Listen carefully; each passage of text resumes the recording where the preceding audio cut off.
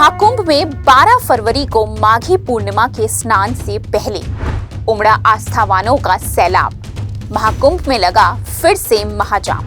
संगम जाने वाली सड़क पर तिल रखने की जगह नहीं। 300 किलोमीटर तक फंसी गाड़ियों में रोड अरेस्ट होने पर मजबूर लोग। महाकुंभ में मोक्ष स्नान के लिए ये मारामारी इंतजामों पर भारी।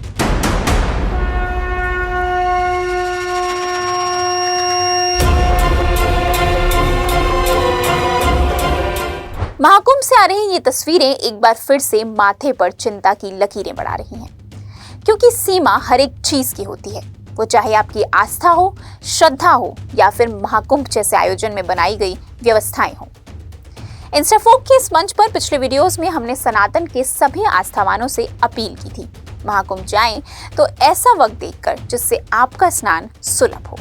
संगम का पूरा तट पवित्र है, आप कहीं भी नहाएं, कभी भी नहाएं, किसी खास तारीख या जगह पर स्नान के लिए हट ना पालें।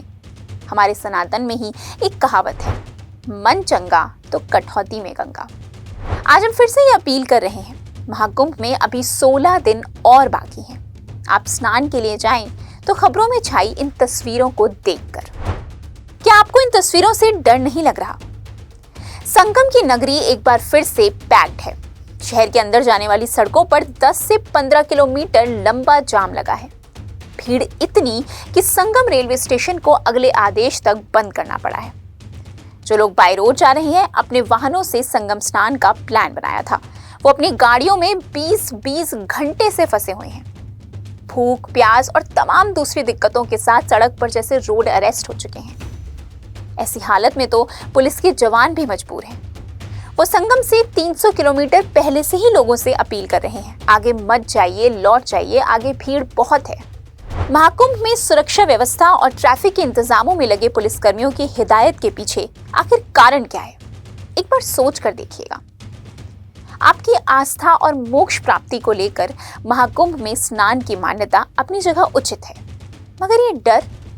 महाकुंभ के 28 दिनों में अब तक 5 बड़े हादसे हो चुके हैं, जिसमें से 3 तो भगदड़ की घटनाएं हैं जो मौनी अमावस्या को हुई, उसके बाद आग लगने की घटनाएं। इन सारी खबरों से वाकिफ होने के बाद थोड़े धैर्य की जरूरत है। 12 फरवरी को माघी पूर्णिमा है। इस दिन महाकुंभ में स्नान का अपना महत्व है, तो कहीं ये भीड़ इसीलिए तो नहीं बढ़ी? बीते 3 फरवरी को वसंत पंचमी का अमृत स्नान हुआ तो सब कुछ नियंत्रित था। भीड़ भी थी, लेकिन कहीं कोई जाम नहीं था, क्योंकि 5 दिन पहले ही महाकुंभ में भगदड़ की घटना के बाद शासन प्रशासन मुस्तैद था और लोग भी अपने आप में नियंत्रित। महाकुंभ में वो तीसरा अमृत स्नान था जो संपन्न हुआ। इसके बाद साधु संतों के कुछ अखाड़े और नागा सन्यासी महाकुंभ से कूच करने लगे। अगले 2-3 दिन में ही संगम के घाट खाली दिखने लगे। 5 फरवरी को पीएम मोदी ने स्नान किया तो भीड़ से बचने के लिए खास प्रोटोकॉल का पालन भी किया। वो हेलीकॉप्टर से सीधे संगम नोस गए, स्नान किया और वापस आए।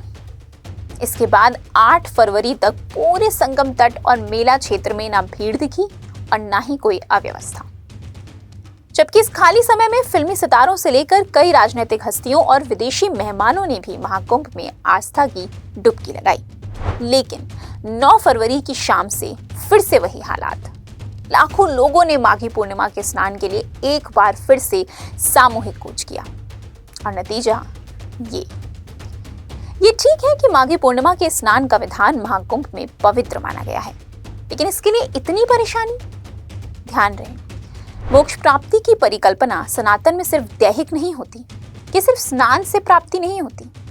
इसके लिए पूरा एक वैदिक विधान है, जिसमें देह से अलग आत्मा की शांतिमय स्थिति की कामना की गई है।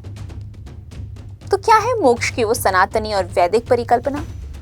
क्या आप ये जानना चाहेंगे? हमें कमेंट करके बताएं। हम आपके लिए मोक्ष का पूरा वैदिक विधान आसान भाषा में लेकर आएंगे अपने अगले वीडियो में। फिलहाल आप महाकुंभ जाने को लेकर अपना प्लान वहां की मौजूदा स्थिति को देखकर ही करें और हमारे अगले वीडियो का इंतजार करें। तब तक आप हमारा चैनल सब्सक्राइब कर बेल आइकन जरूर दबाएं, ताकि आपको हमारे अगले वीडियो का नोटिफिकेशन समय पर मिले। नमस्कार।